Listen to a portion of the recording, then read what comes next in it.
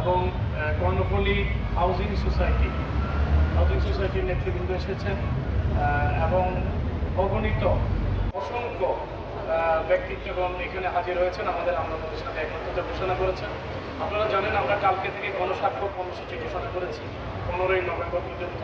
আমরা ব্যাপকভাবে হাজার হাজার গণস্বাক্ষর সংগ্রহ করে আমাদের প্রধান উপদেষ্টা বরাবরে পৌঁছানোর জন্য আমরা সিদ্ধান্ত নিয়েছি।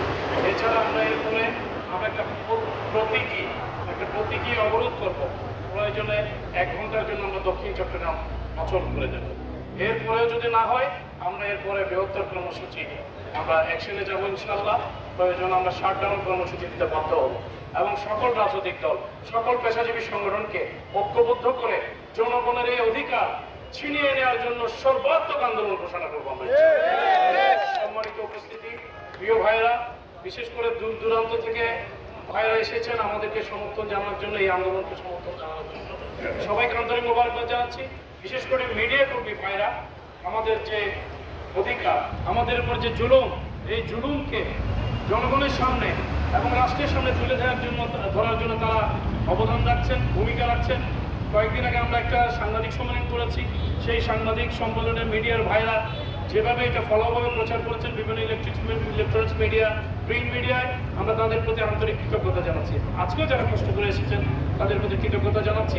প্রশাসনকে আমরা ধন্যবাদ জানাচ্ছি, দীর্ঘক্ষণ তারা আমাদের নিরাপত্তা দিয়েছেন, আমাদেরকে সহযোগিতা করেছেন। আমরা বিশেষ করে কর্ণফুলীর ওসি সাহেব, উনি দীর্ঘক্ষণ আমাদের এখানে সময় দিয়েছেন, আইন শৃঙ্খলা রক্ষা করার জন্য উনি আমাদের সহযোগিতা দিয়েছেন, তাকে আমরা আন্তরিক মোবারকবাদ জানাচ্ছি।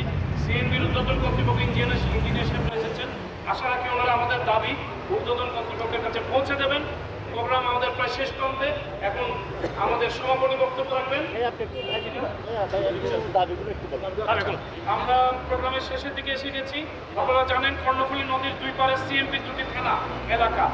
আমার বাড়ি থেকে আমার শহরে যাব, আমার শহর থেকে আমার ঘরে আসবো, এই জন্য আমাকে টোল দিতে হবে কেন? আমার বাড়ি যদি কর্ণফুলী নদীর এই পারে হয়, তাহলে আমি শহরে যদি কোর্ট বিল্ডিং যেতে হয়, আমার বাচ্চা যদি স্কুলে যেতে হয়, আমার স্ত্রী যদি বাজার করতে যেতে হয়, তাহলে আমাকে দিনে যদি 4 বার 5 বার 6 বার টোল দিতে হয়, প্রায় 1000 টাকা যদি আমাকে ডেলি টোল দিতে হয়, তাহলে মাসে কত, বছরে কত? এই জন্য এই টোলের অত্যাচারের কারণে এখানে নগর সম্প্রসারণ থমকে দাঁড়িয়েছে। দক্ষিণ চট্টগ্রামের শহর এক্সপ্যান্ড করতে পারছে না, যার কারণে সংকুচিত হয়েছে চট্টগ্রাম মহানগরী। চট্টগ্রাম মহানগরীতে এখন বসবাসের অনুপযুক্ত ইট পাথরের নগরীতে পরিণত হয়েছে। অথচ কর্ণফুলী নদীর এই পারে 519টি প্লট সমৃদ্ধ চট্টগ্রাম উন্নয়ন কর্তৃপক্ষ আজ থেকে 33 বছর আগে যে হাউজিং সোসাইটি করেছে, এই হাউজিং সোসাইটি টুলের কারণে বাস্তবায়িত হচ্ছে না। আপনারা আরও জানেন, এইখানে আপনি একবার গেলে হবে না, আবার ফেরার সময় আপনাকে টোল দিতে হয়। এই টোল সম্পূর্ণ অবৈধ, এটা একটা বৈষম্য। আমরা মনে করি এটা আমাদের সাংবিধানিক অধিকারের উপর হস্তক্ষেপ।